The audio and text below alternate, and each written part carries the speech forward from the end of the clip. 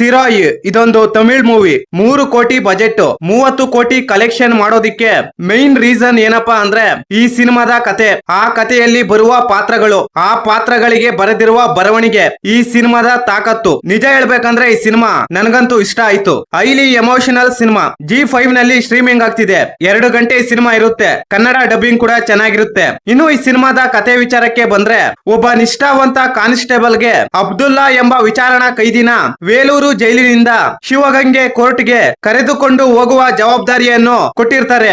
ಈ ಗ್ಯಾಪ್ ಅಲ್ಲಿ ಅಬ್ದುಲ್ಲಾ ಎಸ್ಕೇಪ್ ಆಗ್ತಾನೆ. ಇಷ್ಟಕ್ಕೂ ಈ ಅಬ್ದುಲ್ಲಾ ಯಾರು, ಯಾಕೆ ಜೈಲಿಗೆ ಬಂದ, ಜೈಲಿಗೆ ಬಂದು ಆತ ಏನ್ ಮಾಡ್ದ, ಎಸ್ಕೇಪ್ ಆದ ಅಬ್ದುಲ್ಲಾಗೆ ಕಾನ್ಸ್ಟೇಬಲ್ ಯಾವ ರೀತಿ ಸಹಾಯ ಮಾಡಿದ್ರು ಅನ್ನೋದೇ ಈ ಸಿನಿಮಾದ ಕತೆ. ನೀವೆಲ್ಲ ಗಾರ್ಗಿ ಸಿನಿಮಾ ನೋಡೇ ಇರ್ತೀರಾ. ಆ ಸಿನಿಮಾದಲ್ಲಿ ವಿಕ್ರಮ್ ಪ್ರಭು ಅವರು ಆಕ್ಟಿಂಗ್ ಮಾಡಿದ್ದಾರೆ. ಈ ಸಿನಿಮಾದಲ್ಲಿ ಕೂಡ ಕಾನ್ಸ್ಟೇಬಲ್ ಪಾತ್ರದಲ್ಲಿ ಅವರ ಆಕ್ಟಿಂಗ್ ಮಾತ್ರ ತುಂಬಾ ಚೆನ್ನಾಗಿರುತ್ತೆ. ಈ ಸಿನಿಮಾದ ಮೈನ್ ಪಿಲ್ಲರ್ ಈ ವಿಕ್ರಮ್ ಪ್ರಭು ಅವರು.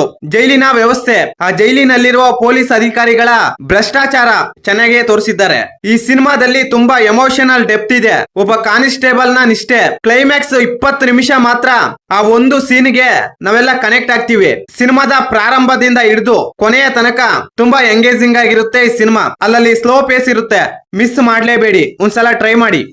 ಈ ಮಾಹಿತಿ ನಿಮಗೆ ಇಷ್ಟವಾಗಿದ್ದರೆ ಶಿವರಾಜ್ ಇನ್ಫೋ ಯೂಟ್ಯೂಬ್ ಚಾನಲ್ಗೆ ಸಬ್ಸ್ಕ್ರೈಬ್ ಮಾಡಿ, ಸಪೋರ್ಟ್ ಮಾಡಿ. Thank you for watching. ಧನ್ಯವಾದಗಳು.